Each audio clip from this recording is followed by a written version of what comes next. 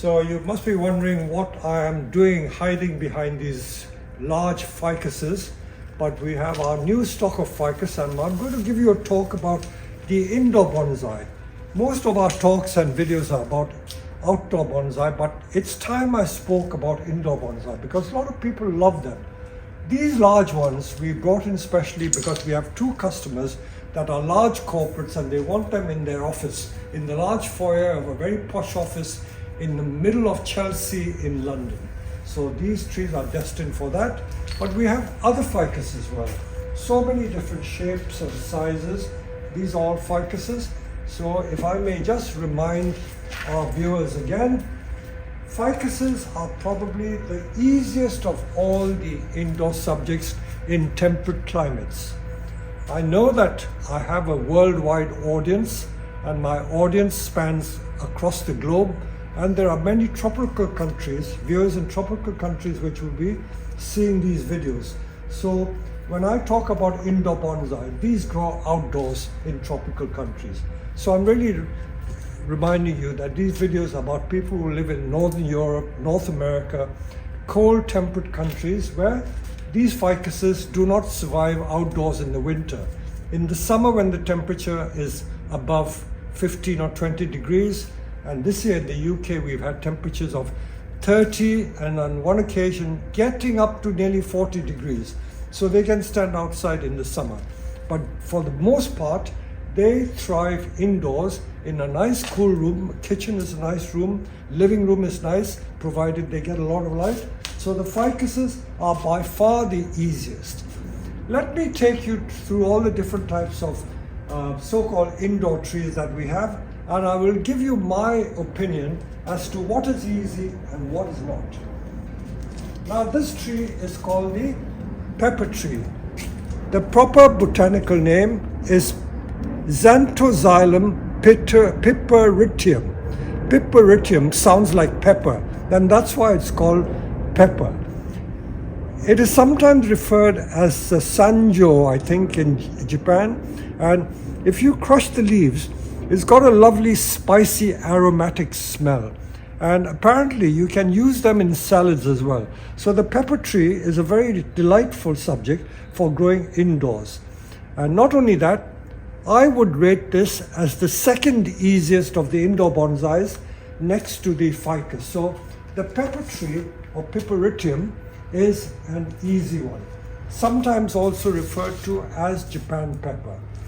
Again, since we are passing this bench, you see there's so many different shapes and sizes of ficuses. They're really delightful trees. I would go with the ficus every time. If someone asks you to recommend an indoor tree that is reliable, ficus every time.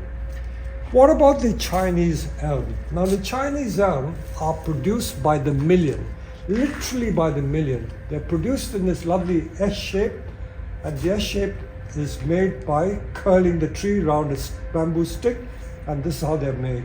And because they grow in tropical countries or raised in tropical countries, they grow at the rate of knots, so trees like this are not very old.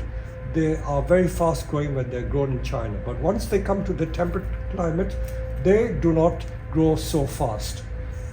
They also are one of the best trees for growing outdoors in Europe and North America. And they're quite hardy, but last year we had some problems because the night temperatures on 4 nights went to about minus 10 degrees centigrade, and quite a few of them got killed by the hard frost. So if you get hard frost, you should put it in a garage or shed during the period of frost. They do moderately well indoors, but they don't like the living room conditions during the winter. So if you're growing it indoors, keep it in a very damp environment like a bathroom or a kitchen where it gets a lot of steam. They do not like the average living room in the West because the living rooms are usually very dry and not bright enough, so they tend to struggle. But they are fairly reliable. I wouldn't say as easy as the ficus, but also reliable. If you have difficulty with them, put them outside. Let's look at another variety, and let me see what I have on this side.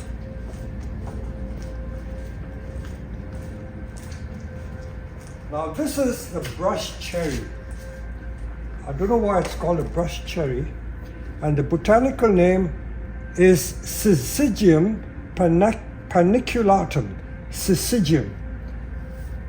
I think sometimes it's also referred to as the Barbados cherry because they have little fluffy white flowers, and if you let the flowers develop, they do form little black berries like a cherry. That's why it's called a brush cherry. But usually in Britain and other parts of Northern Europe, we don't get warm enough temperatures for them to set the berries. But the brush cherry is okay, but again, they do not like a very dry, very warm room. So they really like an unheated conservatory, that sort of condition. But if you can provide a lot of moisture, then they're okay. But it is not as easy as the ficus. Sagaretia, and this is called a bird plum cherry. The Cantonese name for this is Chok Mui. That means bird plum. Mui is plum blossom. So this is called bird cherry. This is almost like the Chinese elm, but slightly more difficult.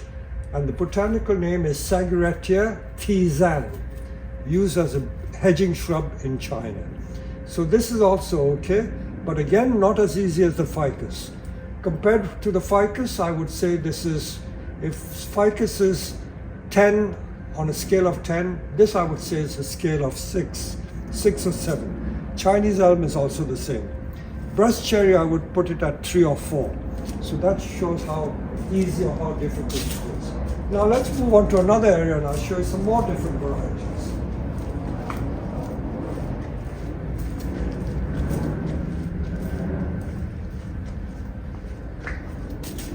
Now here we have, this is the Ilex crenata, or Japanese Ilex, sometimes referred to Japanese holly, because they're Ilex, Japanese holly. They have little blackberries, not red berries, but blackberries. And they are sometimes used, or very often used, as large garden trees, 1.5 to 2 meter height garden trees. I always remind people in the UK that they are not hardy. If you grow them in England and grow them in your garden, the chances are that 9 out of 10 times they will not survive the winter. They are very difficult to grow as garden trees because they are not a hardy plant. They are grown in the warm parts of Japan, and in Europe they are developed a lot in warm countries like Italy and Spain. So when they come to Northern Europe, like England and Germany, Finland, those countries, they tend to struggle. So be very careful. And as for growing them indoors, it is a very difficult subject, extremely difficult. They tend to dry out for no rhyme or reason. So they dry out very, very easily. So do be careful of the Ilex crenata. So the Japanese holly is a difficult variety. Let us come to some of these other varieties that we have here. So, we have, yes, now this is easy. This is a type of lemon tree. So you can see citrus, lemon. These have got the long leaves and these lovely lemons are developing and they'll get big. Lemon tree is quite simple. In fact, you can sow the pips. We have an ordinary lemon tree here. This is a more common type of lemon that you use for squeezing for lemon juice. So that was produced from that tree. So this again is growing in like greenhouse conditions. That's why they seem to perform so well. So lemon trees are easy to grow. They grow extremely well on a kitchen windowsill.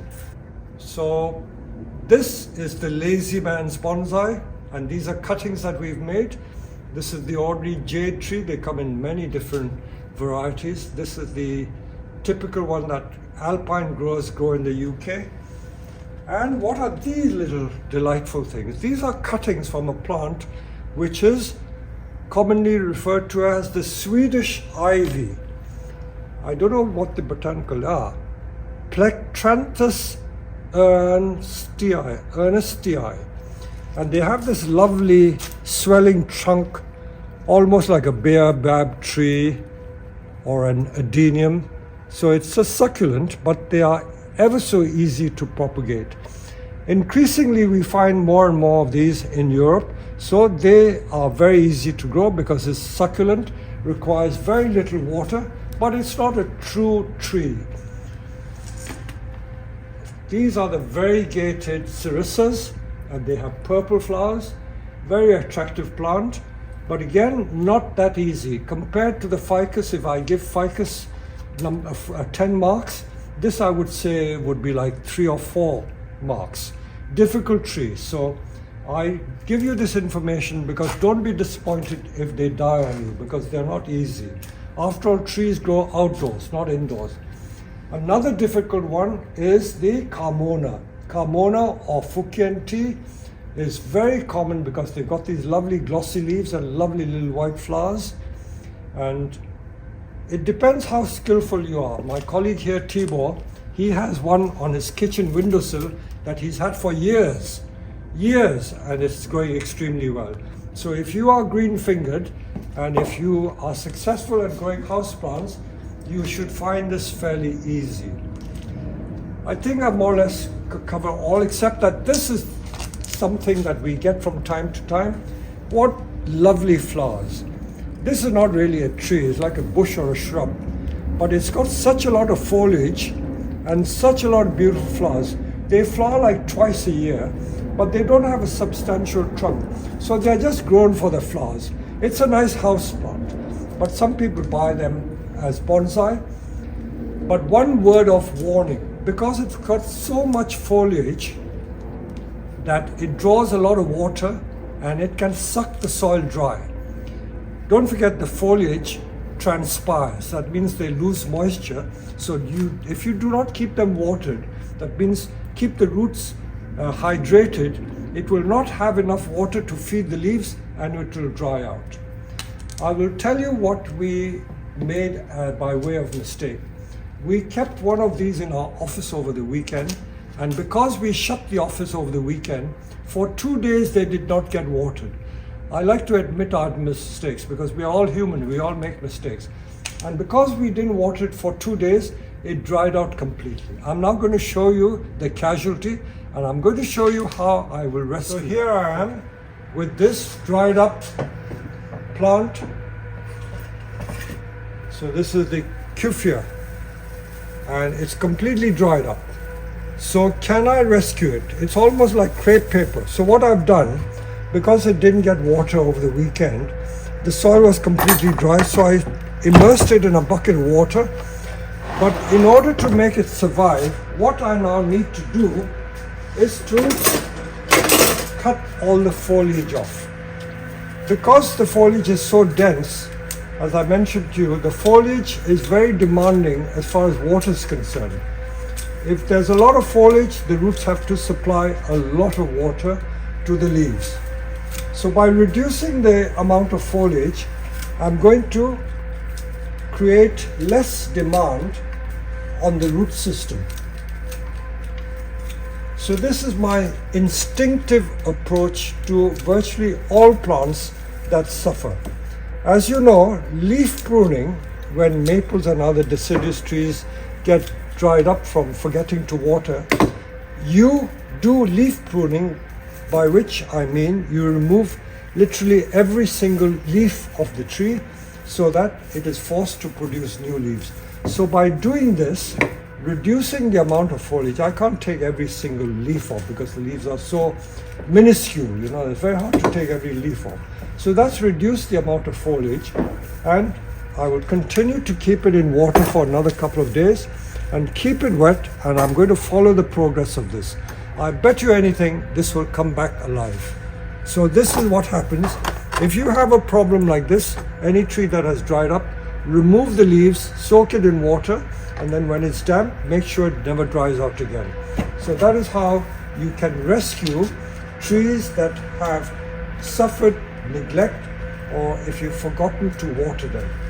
So it's a general principle that you can apply to most bonsai. So I hope you found this short video helpful.